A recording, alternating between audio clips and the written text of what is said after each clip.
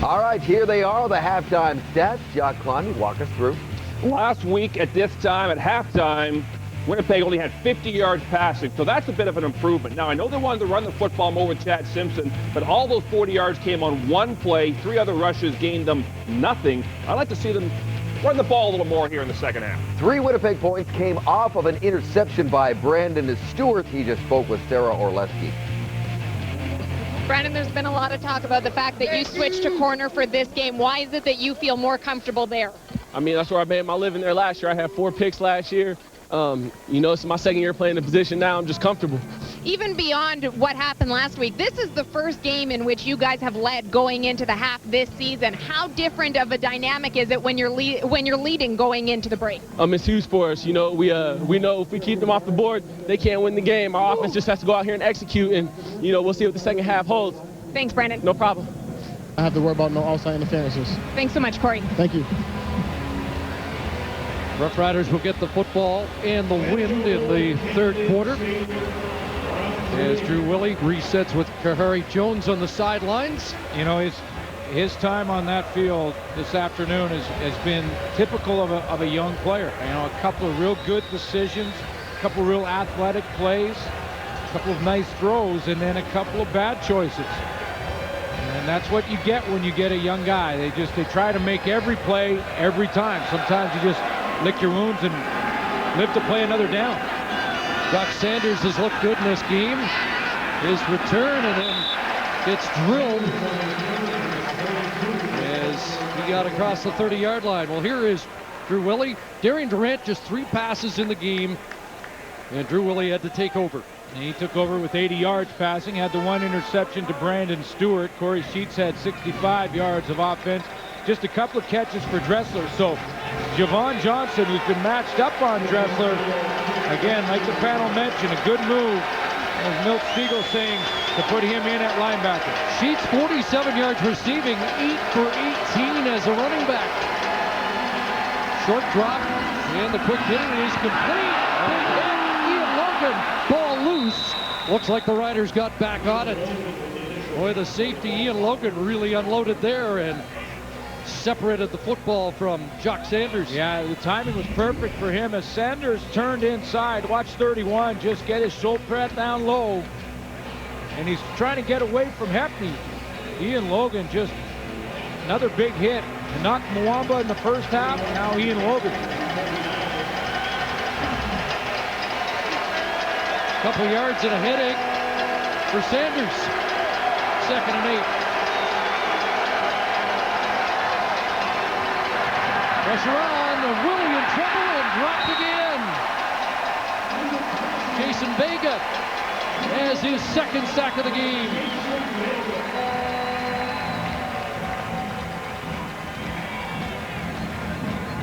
So Vega's doubled his output on the season, up to 4. And it was that key sack early on for the Bombers. Again, the panel mentioned that first turnover to start the game. Bomber defense came on and got a 2-and-out and a field goal from the Riders. Held them to a field goal. It was Vega had that sack. That's his 2nd. Here's Washington, 25-yard line. And he got tripped up, falling over one of his blockers up at the 38-yard line. Has split the first 8. One thing about the Banjo Bowl, the beer lines are a little longer. I was going to say, that's one packed beer garden right there, my friend. First possession, second half. Joey Elliott to work for the Bombers, and there's Corey Watson getting dragged down. Eddie Russ, the tackle, short gain for the Bombers as we check their first half leaders. One good running play. I know they'd like to establish the run a little bit more with Chad Simpson. He had 55 yards of offense, just the one big run. Joey Elliott went 9 of 15. Better numbers than a week ago in Saskatchewan. And Terrence Edwards had 1 fumble, but a couple of catches, including a long one. 2nd and 5. Here comes the rush. Elliott, the long is broken up. And Tito Pova, yeah. Sorry, Chris. It was Milt Collins broke on it, but Keto Pobla, he just it snaps right at the right time for the Bombers, because he's sitting on this ball and then realizes if I don't come back, it's going the other way, and he just reaches in and takes that step back towards it, and he knows he's got lucky there because he can't sit on that ball. He's got to go attack it, come back to it. Collins in his 50th game has played for Corey Chamberlain in Calgary, Hamilton, and now here. A one-hopper to Sanders. Little stunner step, and it's dragged down from behind. Rough Rider football near the 40 when we return. Well, we believe that Darian Durant was injured on the first series of the game. Was sacked by Jason Vega. Durant on his hip, and soon he was put on ice. With more, here's Sarah. Well, Chris, Darian Durant had said in the second quarter he would see whether or not he was able to go again. Word is he is not. He will be done for the day. He is in his street clothes now, so it will be Drew Willie the rest of the way. Willie has, this is the 4th game that he's appeared in for the Riders, but certainly none with as much on the line or as much playing time as this one, and what an introduction here at the Banjo Bowl. Absolutely, game on the line for Drew Willie here. And the pass is complete. There is Brooks Foster, who made a couple of clutch grabs last week when the game was very much in doubt. They're going to move around. Jock Sanders in there. This time it's play action and draws a lot of the defenders, gets Drew Willie outside. And, you know, again, I want to emphasize the importance of the play caller and Bob Dice to help Drew Willie with this lack of experience to stay comfortable in there and don't put him in too much difficult situations throwing from deep in the pocket.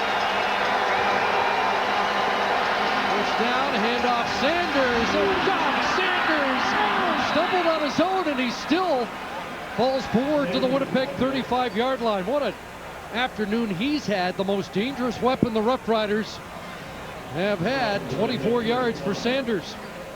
Brendan Labatt again with another block as he's going to just step out here and watch him seal, not allow any penetration and open up the running lane for Sanders, and he doesn't need much but a crack to get through there.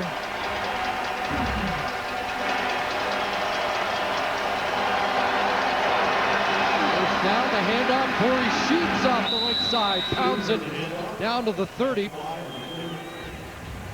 Well, Jock Sanders has made an impact.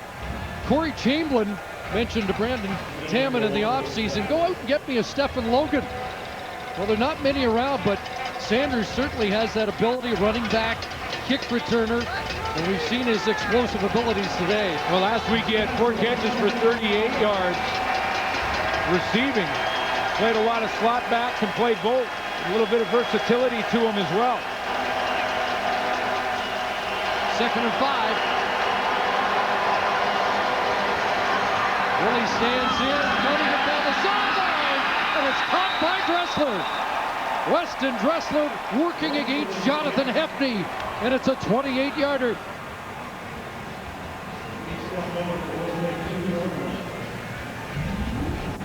Drew Willie puts nice touch on this football. He gets time, and he gets the throwing lane.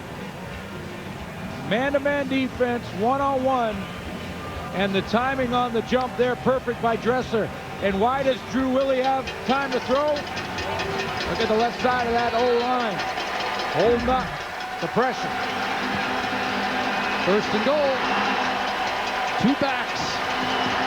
2nd man through. Corey Sheets. Touchdown.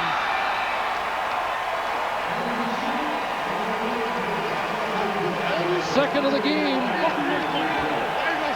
And 9th of the year for Corey Sheets.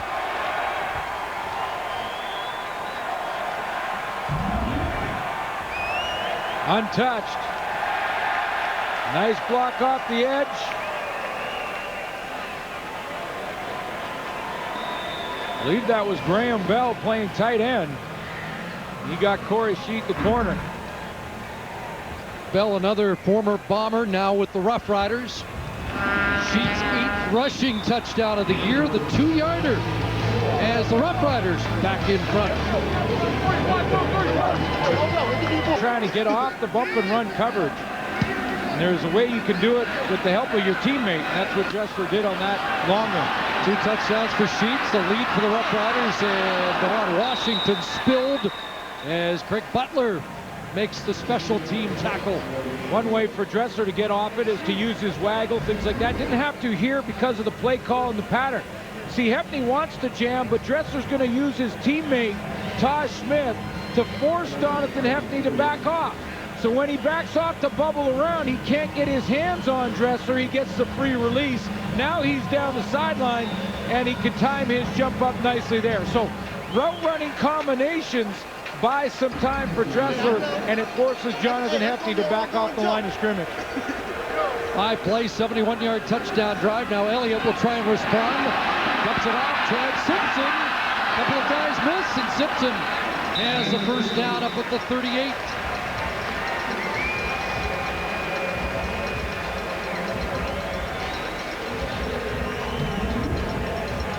You know, I just flat out, the more you see Chad Simpson running the football or catching it and running after the catch, you just seem to think he needs to get it more. And it's just simple as that. Whether it be out of the backfield, running the ball, he's got 6 touches so far in this game. I think you need to almost double that if you're a Bomber offensive coach here. Left guard Chris Greaves getting attention. The man who replaced Brendan Labatt on the offensive line of the Bombers. Chad Simpson was hurt early and is still recovering from a foot injury, but he looks nimble, looks dangerous, and he has been a quick study. A guy who learned very quickly under Peyton Manning, you better know the playbook. Yes, he did. In fact, when Paul LaPolice was here, he told me that he went up to Chad Simpson early in the process and said, you know, you're doing a real good job of picking up the plays and what you need to do. And he said, Coach, I learned the hard way. When I was working with Peyton Manning, I made one mistake and he ripped me. And he said, I didn't make another one because Peyton Manning that was not cool in his huddle. And so he said, I learned that you have to know your playbook. You saw something else about Chad Simpson. He knows who his bread and butter is. Made sure he went over to Chris Greaves to make sure he was okay. Bombers have a first down. Elliott back into the hands of Simpson. Oh, he takes a thundering hit so low. See, that's the dramatic one. And it looks like Simpson's a little bit hobbled after it, limping off. Opened on high. It's taken slow by Collins. Man. These guys are flying around. How important is this game? It's that time of year. You turn in the corner and you're getting into the stretch drive to run to the playoffs. Will Ford in. Elliott shooting it down. Denmark can't make the catch. Chris McKenzie was defending, and Denmark couldn't squeeze it. McKenzie's been in pretty good position on a couple of these deeper throws. One I know Bomber fans thought he had a little pass interference. This one again, tight coverage. It was a nice adjustment by Clarence Denmark right here to get a subtle push and turn to the outside. He had it. You know what? Really should have caught that. Really should have caught that. It was between both hands. Kenzie didn't give up on the play, but that's one Clarence Denmark should have had. So Mike Renaud back to kick. Sanders at his 30, and that'll be 15. James Green with a shot on Sanders, disregarding the 5-yard neutral area. Sanders bounced up. 4 yards. Winnipeg, number 43. That's 15 yards. Unnecessary roughness. Winnipeg, number 43. 15 yards. First down. Well, you do see that when it's intentional. No thought of holding up and giving 5 yards, and that's a costly double penalty against James Green. 30 yards And a net of 10 after the punt, and a little flea flicker back to Willie, and now back to Tom Smith, and a lot of exchanges and not much produced. In fact, they just get back to the line of scrimmage, if that. Well, you got to give credit back at the back end of the Bombers secondary here, because Chris Getzlaff or Weston Dressler is eventually going to be the target down the field. A lot of handoffs, triple reverse throws, and Dressler was covered down the field, and therefore they wanted to go to this one right there. See the coverage? So 2nd and 10 after all that. Willie starts to scramble, and he's going to get brought down at midfield. Enoch Mwamba has the sack. That's his first in the CFL.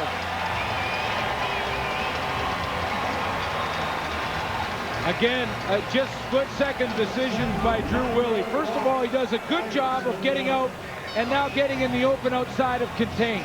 But watch, he could have made a quick decision. Now, I'm not sure he gets a first down or not, but when he gets out here, hold it there, guys, right there. He takes off and runs. He might get up there to that marker. He's close. It's going to be a foot race. He doesn't. He waits. Enoch Mwamba has a chance to get to him. Big defensive series for Winnipeg. That ball with a flag down gets past Johnson. Through for a single point, which would make it a 7-point lead, but we'll wait for the flag. 73-yard single.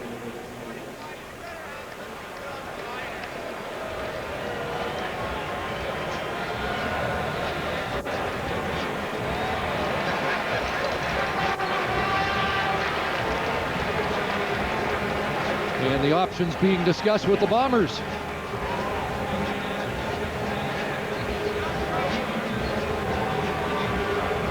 Sarah Oleski reporting from the bench that Scott McHenry also done for the day for the Roughriders.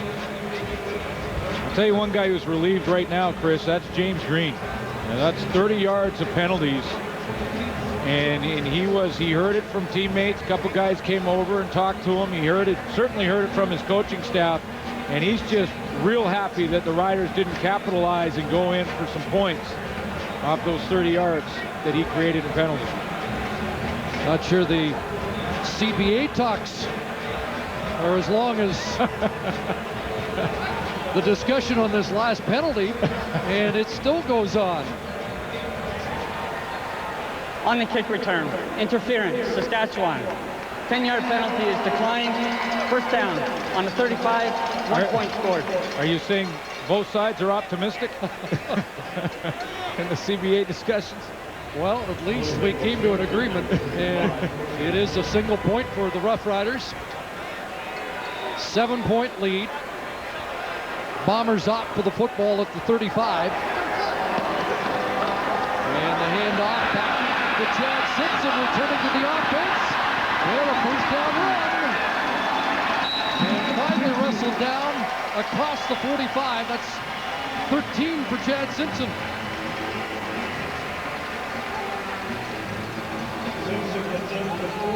Interesting the way Brent Hawkins, the defensive end, who's just here on your screen, he's going to kind of slow play it. He gets caught flat-footed. Doesn't really come upfield to contain this, and yet doesn't really take the quarterback either. It looked like he kind of was caught in between. He does get in chase, but that allowed Chad Simpson to get the corner. Feeds Simpson the ball again, and he gets away from first contact across midfield. Looked like he was stopped behind the line of scrimmage. Ends up with 8.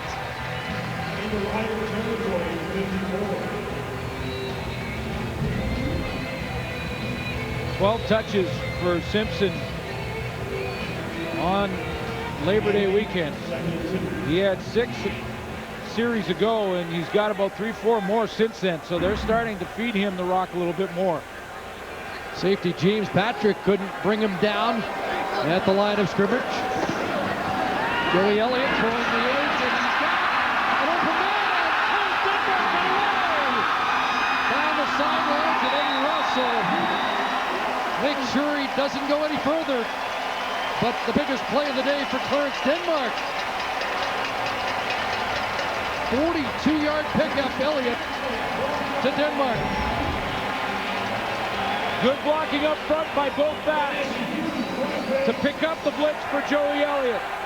That blitz is picked up nicely, gives him a chance to get it out there, and Clarence Denmark does the rest. How close is he to the sideline? I don't think he stepped out of bounds. As he gets out there, fights it off, stays in bounds, keeps his feet. That's good balance. Milt Collins couldn't bring him down, and Denmark makes it a 42-yard pickup, 1st and 10. Joey Elliott into the end zone, jump ball, and incomplete. Terrence Edwards in a battle with Eddie Russ. Again, wanted pass interference. You know the home crowd wanted pass interference. Eddie Russ a little under weather during the work week. Didn't get all the reps. And they were in a bit of a hand fight. Little push there by Edwards. Turn around. You know, I don't care what Jock Climby says. I think you got to let guys play down there in that. Edwards did a little pushing. Russ did a little grabbing. That's okay. You're a DP. He's a receiver, so why would you agree? 2nd and 10. Pressure. Elliott got it away. Incomplete. Again, Edwards the target. And again, a discussion about whether or not he was interfered with. And Odell Willis gets in his ear. I think more. This was just about Terrence Edwards mistiming his jump a little bit. The ball was deliberately thrown behind him. Pressure's coming, so Joey Elliott's got to get rid of it. It's deliberately thrown to his back shoulder. It looked like he was kind of coming down from a jump that was a little early. And then just loses the handle a little bit. I could have got to that.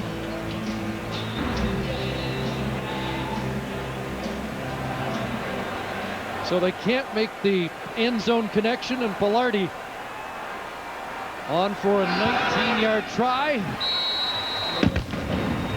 And the lead once again is 4.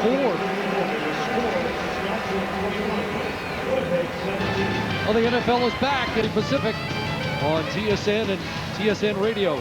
Chad Simpson, of course, a former teammate of Peyton Manning. Peyton Manning playing his first game as the quarterback for the Denver Broncos. Couple football games on today. Darian Durant's brother, Detroit Lions, playing with the Detroit Lions, our director Paul Hemming's team. Well, back inside a converted touchdown lead. I've many times said sorry about that to our director Paul Hemming for being a Detroit Lions fan, but he really hands it off, and Sanders has the door slammed in his face. There's Marcellus Bowman, the Will linebacker in his 5th game. Really made an impact since he's come back. And this is linebacker play. I mean, just watch him scrape, step in the hole, take on nice low leverage, take on the pulling guard. Well, it's great when you see great fundamental football. That's linebacker play at its best. Riders trying to make the most of this final 2.5 minutes with the wind here in the 3rd quarter. Willie stands in. Willie had his pocket picked and now gets away. And takes off, and he'll have the 1st down. Head first slide across the 45. That's where he had to get to move the chains. I like the quicker decision by Drew Willie to go ahead once he breaks outside of contain. Now to go ahead and then take off and run. Don't wait too long, allow anyone to catch up. Gets the 1st down, and he gets some help from Chris Getzlaff right there on Enoch Mwamba. Wow. Seen some good blocks this year, and that's up there. Yeah.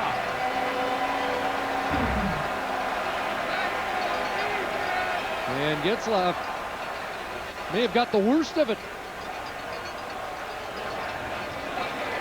Enoch Mwamba's put together. That middle linebacker at 6 foot 230. And Chris Getzlaff trying to keep that 230 pounds off his quarterback. And he steps up, throws his body in there. And you just feel the intensity of this year turning up game in and game out as they become more and more important as teams start to get down that stretch drive and try and fight for home field playoff position, or to get in the playoffs in some cases. Aaron Hargraves has replaced Scott McHenry at wide out. There's a handoff. Corey Sheets has 6. Boy, a step away from busting that. And the atmosphere here for the Banjo Bowl, unbelievable. Jam-packed house at Canada Stadium. And they're making it difficult on the Rider offense. They have been vocal, they have been loud. We heard Weston Dressler talk about having to always look at the football rather than look down the field at his defenders. Called home field advantage, and it helped in a big, big way. Second and 5. And Willie stands in and gets Dressler right at the first down stick. There's Jonathan Hefney pounding the turf because Dressler's made the play and has the first down. Dressler is in the 3rd spot. Now watch, remember he talked about using his waggle. Stop it here for a sec, guys. Look at the distance that Hefney's got to play off him because he had so much depth before the snap. Now he can run his out on Jonathan Hefney and have success. Hefney's got to get up there and be more aggressive. Under a half minute remaining in this 3rd quarter. First down. Take the sheet, steps it off, and Neil Hughes is brought down by Hefney at the 49-yard line. Time for one more play in this 3rd quarter. You know, he's got a couple of knockdowns. He leads the team in tackles coming into this game. Jonathan Hefney with 31. I know he played some linebacker as well this season. He's got a sack and an interception. He's a better football player than we've seen the last couple of games, and it's a great matchup between him and Weston Dressler if they get to that. And Dressler's had a couple of passes, a couple of catches in front of him. Getzlaff's back in. Brooks Foster has checked in. 2nd and 6. Extra protection looking for Tyler Smith. Can't make the over-the-shoulder catch. Final play of the 3rd quarter, and the Roughriders lead by 4. Through 3 quarters of the Banjo Bowl, there are the numbers. Take a look at the Winnipeg side, and Chad Simpson's got 9 touches now for 89 of those yards, 220 net yards. I think he really will be a key in this 4th quarter for the Bombers to want to come back, climb in this game. And it's been fun to watch Drew Willie. You know, he's a young quarterback that has made some mistakes, and that's expected, but he's also made some nice throws and some nice plays. So some great matchups and some great intensity in this football game. Young quarterbacks, Joey Elliott trying to establish himself with the Bombers, down by 4, but he'll have the win in the 4th quarter. Yeah, he will. And again, I think Chad Simpson's going to be important. Keep that ball control and that little bit of balance in the offense. But this home crowd here at Canada Stadium for the Banjo Bowl, they're making it tough on the Riders. Well, I was going to say this is what it's all about. I'm not sure that's what it's all about. That is the trophy that is handed out. Roughriders have won it 4 times. I'm not sure they've ever touched it. Oh, there's trouble, and Chris Milo kicked the ball right into the oncoming traffic. And what a way to start the 4th quarter for the Bombers. There was a block punt for a touchdown last week by Saskatchewan, and this block after a mishandled snap by Milo.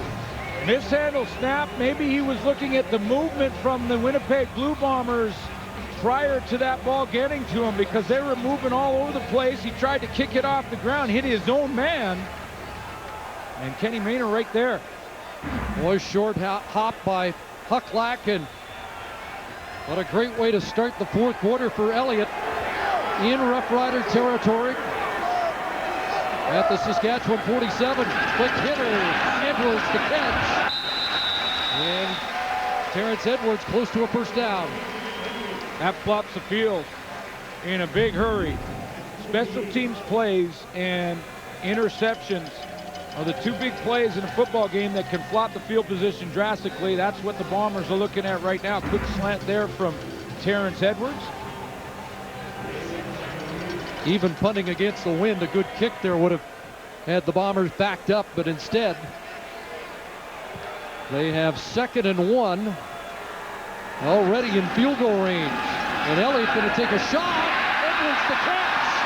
And it is a first down at the 24.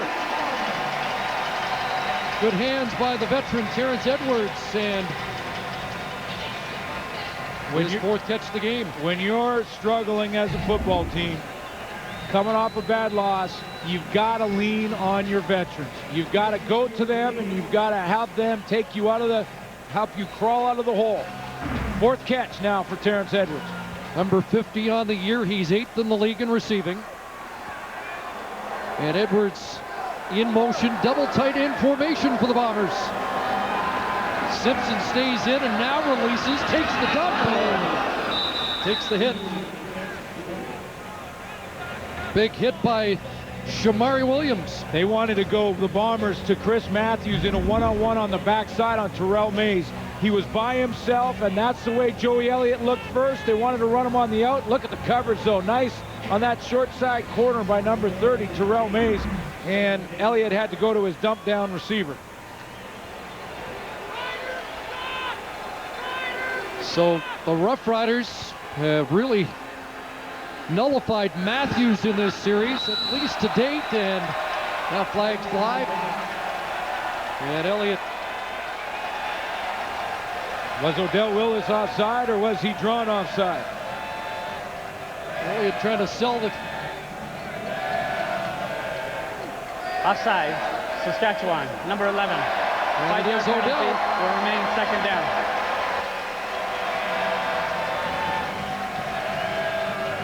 And the fans here in Winnipeg getting on the former, was he the mayor or the CEO? I could never keep that straight. A few titles. Yeah. Well, that changes the 2nd down options. Self-appointed, I might add.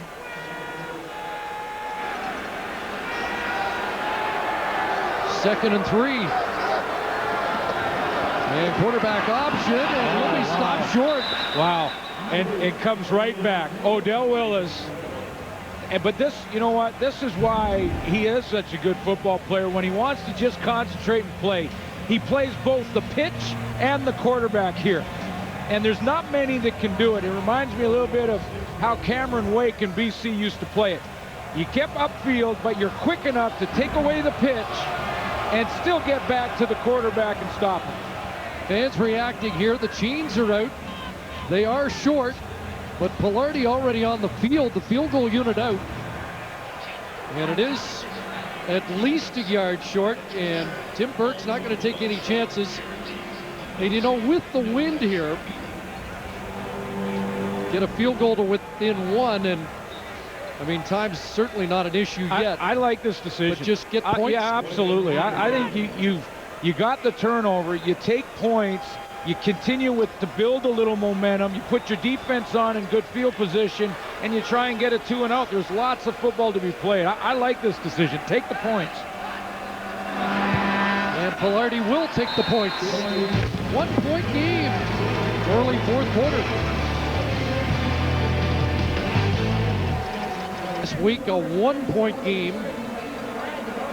Just past the 3-minute mark of the 4th quarter. Drew Willie on the spot.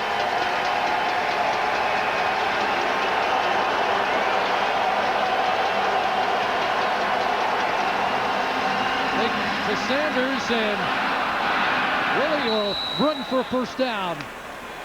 Up across the 45-yard line. He has looked cool. Yeah, no, I've been impressed overall. I mean, you expect a couple of poor decisions from a young quarterback. You got to live with those and just hope that you rally around what he's doing well. And what he's doing well is playing with great confidence. And now he's making quicker decisions when to run and when not to. That was, of course, a design running play where he either gives it to the back or he takes it himself. And he elected to run himself. 4 carries, 40 yards.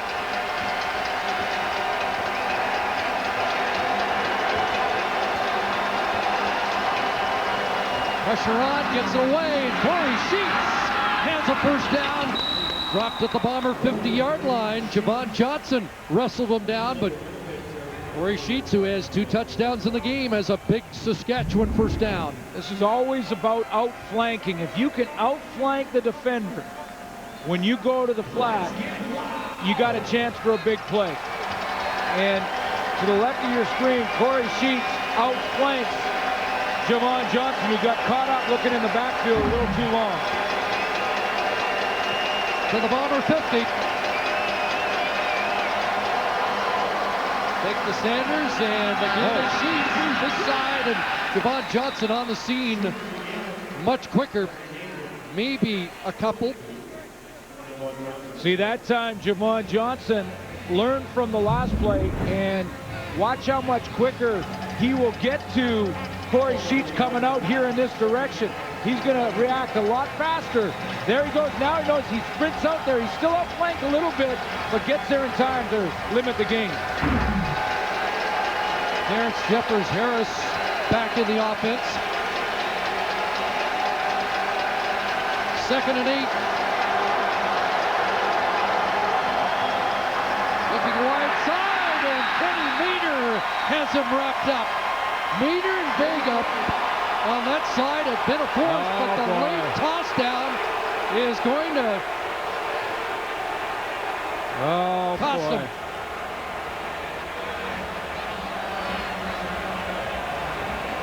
What is Kenny Maynard thinking?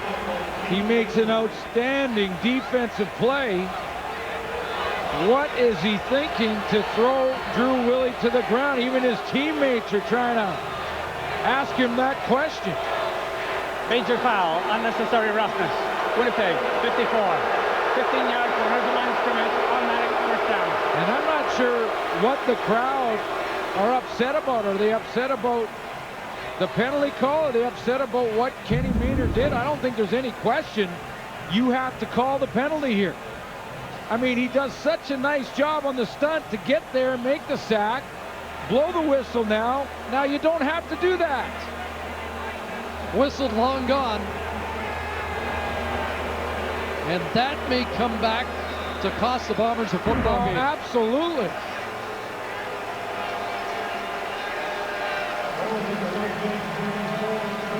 And again, Tim Burke mentioned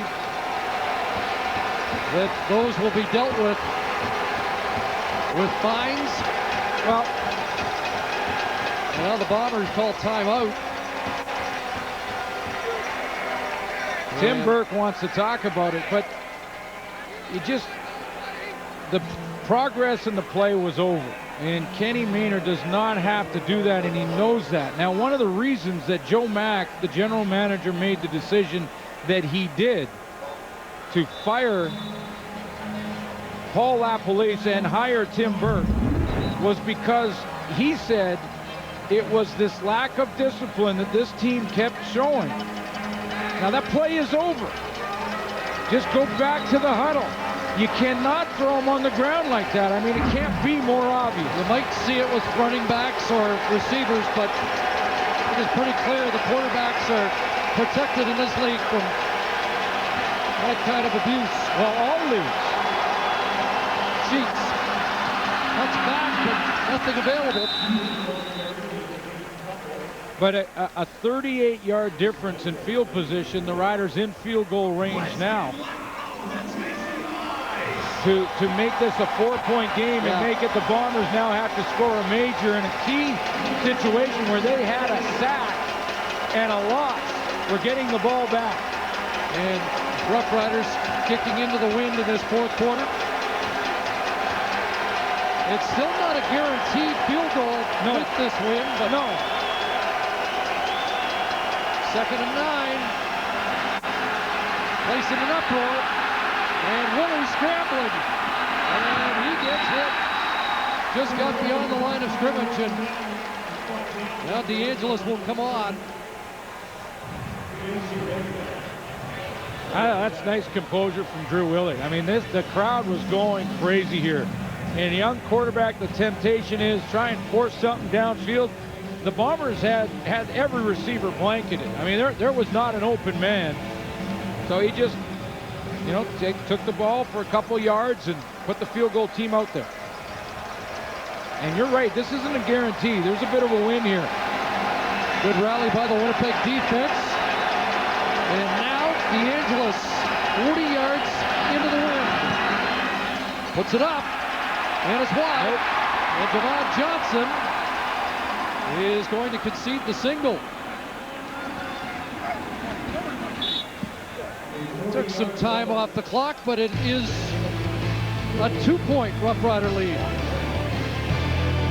Pacific Head coach Tim Burke, right in that break, went right to the sideline to talk to the D-line and remind them, including Kenny Maynard. And he's trying to say, look, I'm okay. Don't worry. I haven't lost my cool. And he's trying to tell them, guys, no more of those penalties that are totally avoidable.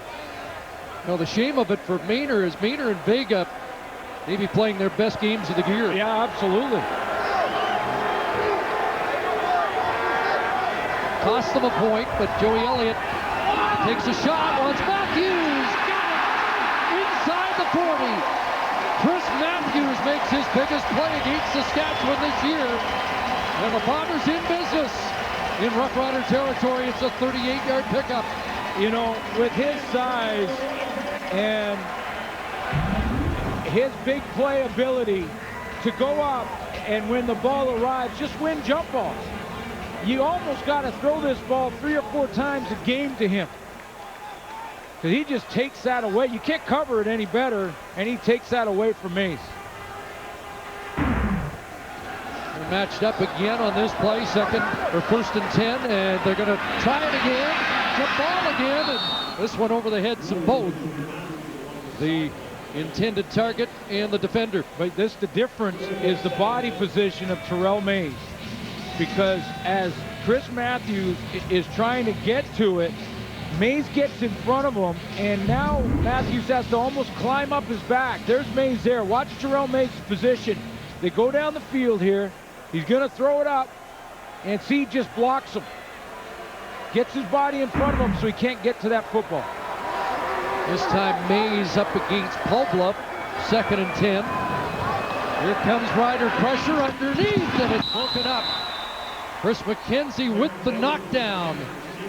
And the Bombers will have to send the field goal unit out. With the Bomber defense, I agree with you on Jason Vega. His best game, I think it might be Chris McKenzie's best game on defense for the Saskatchewan Roughriders in the secondary. Key play there. And he gets underneath for a knockdown. Saw him in the end zone get a knockdown earlier in the game. Been in good position all night, all day long.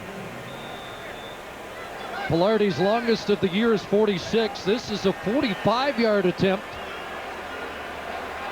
Trying to give the Bombers the lead. And he's missed it. It was blocked and bounces down around the 10-yard line. And no yards as Sanders is taken down, and it remains a 2-point Saskatchewan lead. Hard to think that a guy that's 282 pounds can slip a block, but Mick Williams here on this field goal attempt, defensive lineman, slips a block, gets in the backfield, and then he's 6'1" with good reach, and watch him get his hand on that football and block it. Heck of a play.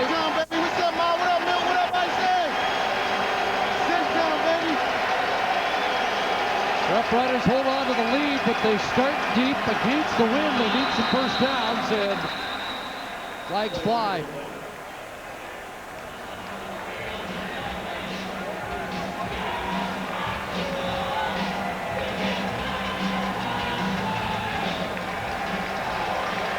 Somebody moved prematurely.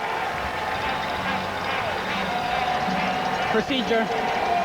Saskatchewan, 66. 5-yard penalty, remains first down. And here comes the volume, Chris. Right guard push fast, and that will stroke it.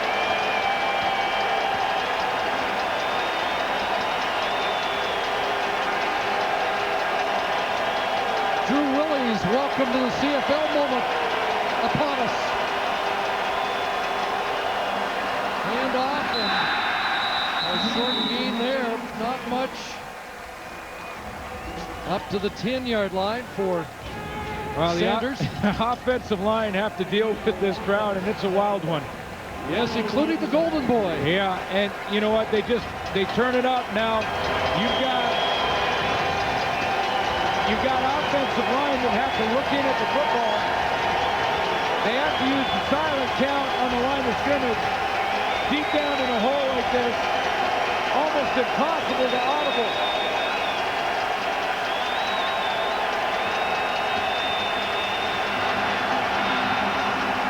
Flags fly again. The quarterback draw was not going anywhere. Kenny Maynard.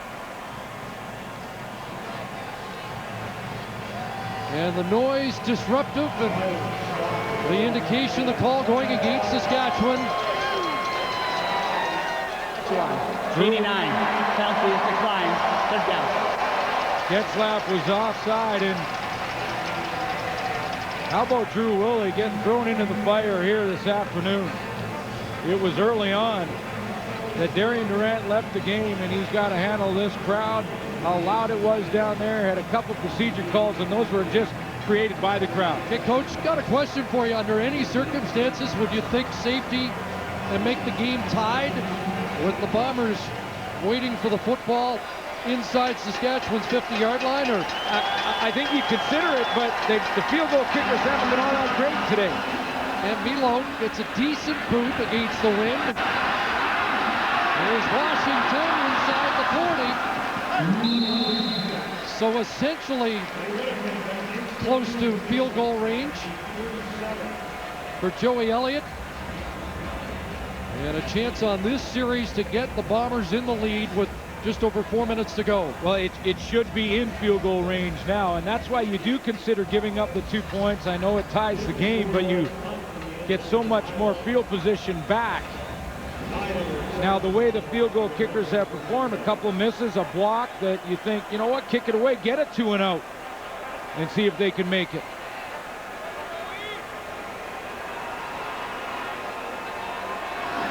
Takes to Simpson, gets it in the hands of Denmark. It's Denmark brought down inside the 30-yard line.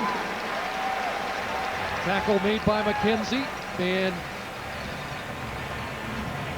Corey Watson a little slow to get up.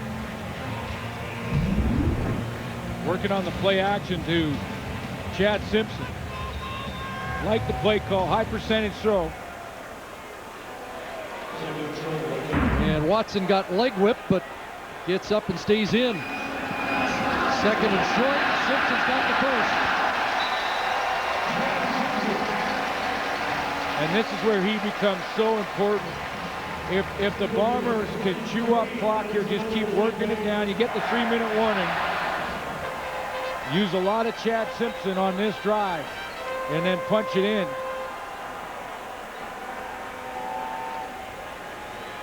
They put all the pressure on a real young quarterback in Drew Willie.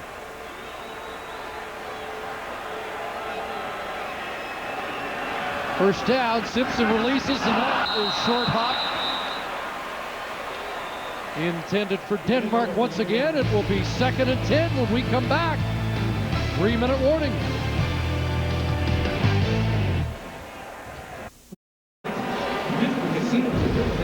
Our game story brought to you by Mr. Luke. Get top to bottom maintenance and take good care. Bombers got a nice return out of DeMont Washington early on for a touchdown. Of course, Darian Durant's been knocked out of this game, was early on in the first quarter. It's been Drew Willie since then. The running back so important to both these teams. And can the Bombers, a little redemption from the blowout a week ago. 4th worst loss in Winnipeg history. 2nd and 10 off the hands of Edwards. Incomplete, and Pilardi and the field goal team have to come on. Chris McKenzie was in coverage again, and the Bombers there had an issue with the umpire as well. They want to run, there's the umpire, and watch this, they want to run the slant. Now stop it there. You got the umpire here, you got Chris McKenzie bothering Terrence Edwards there. It makes it that much more difficult, because Joey Elliott couldn't lead him in there because the umpire was in the way.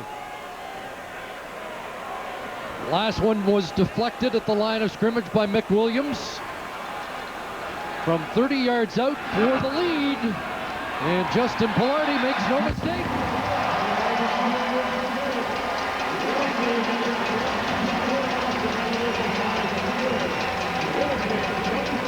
.240 left. The Bombers take the lead. It's been a tough road today, and penalties have made it a little tougher. Shannon Boatman. Remember this early on? After a completion down the field, Shannon Boatman, unnecessary roughness and unnecessary penalties. How about the no yards? James Green, that was 30 yards with an unnecessary roughness tacked on, and Kenny Maynard. Now the question is, can the Winnipeg Blue Bombers overcome those awful decisions? I would even go as far as to say selfish decisions from the Bomber teammates. Can they overcome it and hang on to this lead? Looking for Tim Burke's first win as a head coach. Drew Willie can't find anybody, and he is dropped. Lost his footing, and Jason Vega on the scene again has his third sack of the Banjo Bowl. And the discussion Tim Burke had with his D-line is paying off. Jason Vega's having himself a game, and he's back. 3 sacks on the afternoon. But watch how in control he is. Steps up, steps in front of the quarterback, and then just makes a nice tackle. Doesn't jump on him, pile drive him, anything like that. Second and a bunch, and Roughriders offside. The play is stopped.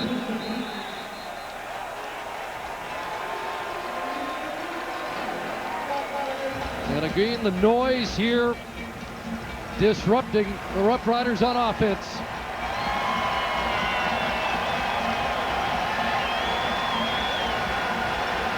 You better cover up the baby's ears. It's loud in Canada. How about this? Offside. Saskatchewan, 89. 5-yard penalty. Remains second down. And Getzlaff. This is a 2-17, and this crowd is right behind him. You gotta love that. On their feet, Willie has some time, and Taj Smith across the middle. And Alex Suber going to make sure he doesn't get any further. Ball popped loose there as they get involved. Brandon Stewart out of there as, again, the Bombers better be careful. They have take the extra penalty, and wow. I was thinking the same thing, Chris. Just watching, and Javon Johnson got in there to push Brandon Stewart out of there. He was, now I think there was a loose ball, so they were kind of scrambling for that, but they don't need another bad penalty. It's a game they've got to get the ball back here in great field position, a chance to add to the lead. 6 2-outs for the Roughriders. The line drive by Milo hangs up, and Washington at his 45 turns the corner and then gets bounced out at midfield. Joe Lobendon was there. Otherwise, Washington may have gone for a run down the sidelines. And you know, this is a time where this Bomber team cannot get conservative here and try and hold on to a 1-point lead. I think they got to push and try and get 2-3 first downs here, get in field goal range, and go ahead and attack this win. Attack the game, try and win it rather than not fall behind or lose this 1-point lead. Get in field goal range here, make it a 4-point game. Just under 2 minutes left. They hand it off to Simpson, not much there. And now we'll see what the strategy is. And the play caller now is Gary Croton. And as Elliott tries to calm things down, Chris, now I'm wondering if they try and push the ball, or do they go to just a running play to stay conservative, keep the field position advantage, punt it into the corner if they don't get the first, or do they put it in the air and go aggressively to get in field goal range and make this a 4-point game? I think you got to go and attack it. Simpson got out of that pile on the limp a bit. He has 71 yards rushing in the game. 2nd and 7. Elliott pass over the head of Edwards, but flags fly, and they get the PI call. Yeah, absolutely. You know, it's been close, and there's been a couple pushing, shoving, little hand fighting in this game this afternoon, and I said let it go, but you couldn't let this one go. No way. This is pass interference. Pass interference. Saskatchewan, number 39. 10-yard penalty, automatic first down. Quick pass interference call against Saskatchewan this year. And I'm saying pushing and shoving from both guys, but this time there was no hand fighting from Terrence Edwards. He kept both hands into the football, and he still had McKenzie around his waist. So got to throw the flag there. That was a good call by the official. Riders, the least penalized team in the CFL, but 12 infractions on the day. First down on the clock. Running out on Saskatchewan here. Matthews has another catch down at the 38-yard line. And they are going for it. They're going down and get him field goal range. And I like that. A good hard throw from Joey Elliott. He put it right on. Chris Matthews used his hands, didn't let it get into his body. Have any chance of dropping that one. Now 2nd and 5. Now you're looking at almost in range. It's a long one, but you're almost in range. A little bit different circumstance than Friday night, but the Eskimos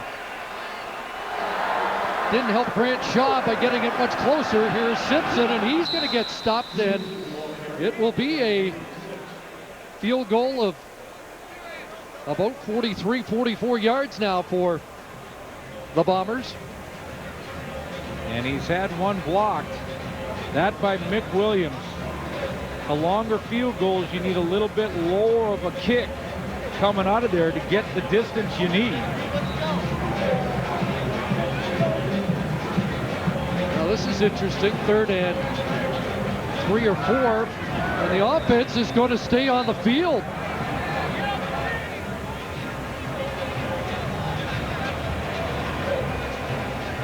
And Tim Burke making a very interesting call here.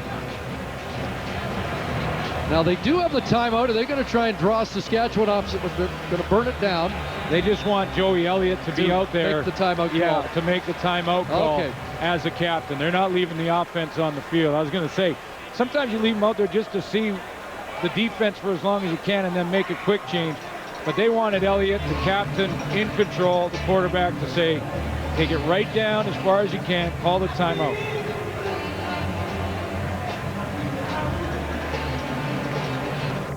So 36 seconds left. Saskatchewan's used their timeout, so they're going to punt it here. They're going to punt for a single here, or for the field position. That's interesting too. A single doesn't do them any good. No, try it rather than try a long field goal.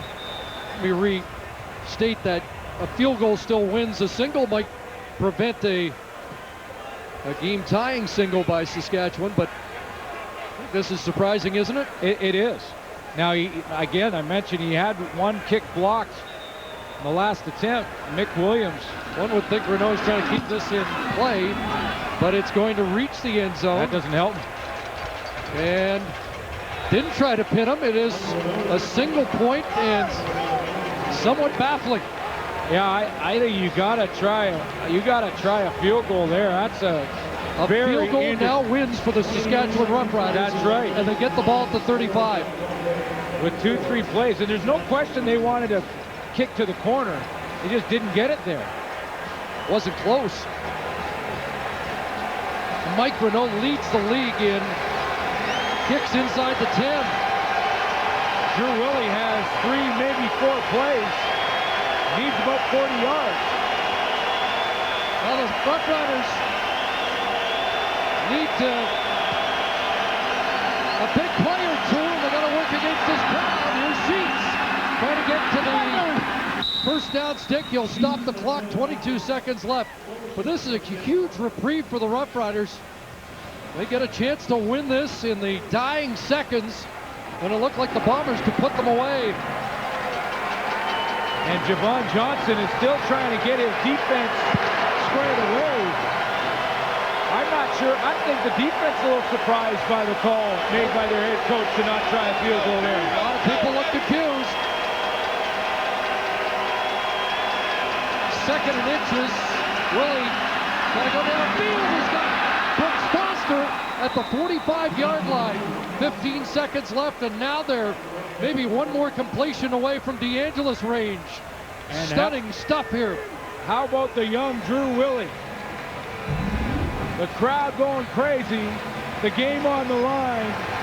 Under 30 seconds. Throws a dart over the middle. Still needs 10 or 15 yards, you'd think.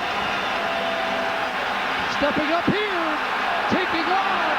And now down. 4 seconds left. And they'll get a chance for Sandro DeAngelis from 37 yards out to win. And if DeAngelis is good, the phone lines in Winnipeg are going to burn up all week. Oh, my.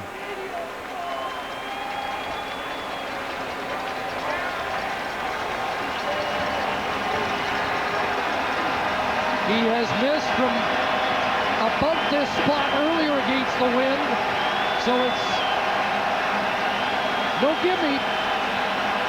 But to win the Banjo Bowl, DeAngelis is up, and it's good. The Saskatchewan Roughriders improbably have won this game on one of the most controversial coaching decisions you'll get in a CFL.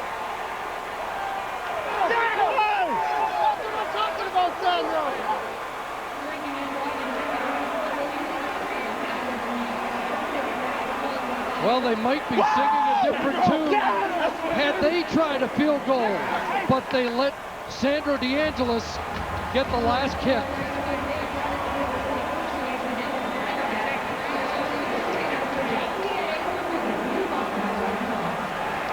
Well, a crushing defeat for a Bomber team that looked like they were poised to win. Sandro DeAngelis gets it through. And Corey Chamberlain, I think he's in disbelief. he can't believe it. And how about the young Drew Willie? Inside of a minute, getting in field goal range to give his kicker a chance, and he nailed it.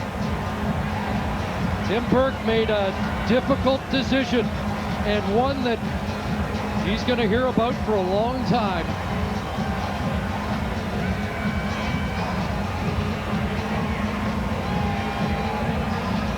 Let's head down to the field. Here's Sarah Lesky with the winning quarterback. Well, Drew, welcome to the Banjo Bowl. Take us through what happened in that final minute. You know, we had a scissors concept called to the field. I checked it down to sheets. Anytime you get the ball at number one, it usually makes great things happen. Then the next play, Brooks Foster just told me, just put it up there for me. You know, he's got a lot of basketball skills, so, but hopefully, you know, it's good to hit him in the face on the post route. And then the next play, I just tried to get in field goal range. And then Sandro made a great kick to win the game. Total team effort. You know, it was a great experience for me to be in this game. Okay, how nervous were you when you were watching Sandro line up for that kick? I'm not so much nervous, but I knew Sandro. He's been in this league a long time. He's made a lot of big kicks. He makes them in practice all the time. So hats off to the special teams. That's a big time kick. This isn't your first pro season, but this is the first game in the CFL that you've really gotten considerable reps for it. Is it almost a better situation to come in and just be thrown into the fire? Well, you never want to see a guy like Darian go down. He's done so much for this team. He's been a great player in this league, and he's been like a big brother to me. So, anytime that happens, that's tough. But I just tried to go in there, go through my reads, use my feet when I could. Probably ran around a little bit too much. Took some sacks that I probably shouldn't have. But, we'll learn from the mistakes, look at the film, and just glad to get the win. Well, thanks. Congratulations. Thank you very much. I appreciate it. Well, a remarkable performance by a young quarterback for his first win, and a controversial decision by a rookie head coach in another loss, as the Roughriders probably win the Banjo Bowl. Let's head to Dave Randorf in the panel. Thanks, Chris. 25-24 Saskatchewan. I got to say, right up front, I feel bad for the fans in Winnipeg, because I was blown away by the support today. Consider how long this season has been. They were loud and proud and trying to urge their team on to win. And there's nothing against the Riders. Don't be sending me any emails or tweets from Regina. You have to give it some support to those fans in Winnipeg. You know all about them. But, again, the facts were this would have been a 43-yard field goal for Justin Pilardi. Instead, they kick it in the end zone. They get a single point, but they leave 28 seconds on the clock for Drew Willie to do what he does. And then DeAngelis with a 40-yarder to win it. Well, look, you can have a lot of empathy for the fans, but this was a coaching decision that they blew. Like 43 yards at the professional level, you should be able to make that 90-95% of the time. And it's exactly the same. It would have gone in the end zone, and you would have had the point if you had missed the field goal. So for me, you know, you talk about players winning and losing. I thought Winnipeg did a magnificent job of responding to the challenge. But the fact is that the defense let them down on 3 critical plays, allowed Saskatchewan to get into position and win this game. Now, mentally, maybe Tim Burke, as a coach who is dominant on the defensive side, said, my guys can stop this. But it's going to be an issue about the coaching decision. Yes, it is. And it's that mentality. And Jock and I were talking about this. He's playing not to lose. He's not playing to win. And, I mean, you got to give a lot of credit to Drew Willie. You know, he came in a hostile environment. This man has thrown for 154 yards and 15, you know, completions in his CFL career. So he came in and did a great job. You know, they have a great backup just in case their starter's not ready to go. So you got to give some credit to Drew. Well, so let me talk about the Tim Burke decision for a second. Let fans maybe understand what he would be thinking. He's got a punter in Renault who's very good at normally pinning the opposition inside their 20. He's thinking, okay, if I go for a long field goal and we miss him, we've been talking about this all year, the fact that so many teams have been making teams pay for missing longish field goals. He's thinking, wow, I can imagine missing this field goal and having that ball returned out to midfield or worse, and the game is over. Right there and then. Why not give my defense an opportunity and make the opposition go at least 60 yards down the field to get into field goal range? That's what he's thinking. But I agree with you, Milt, that you have got to have confidence in your kicker. Pilardi is 86% field goal kicker. It's not like it's a 43-yarder. It's not a 49.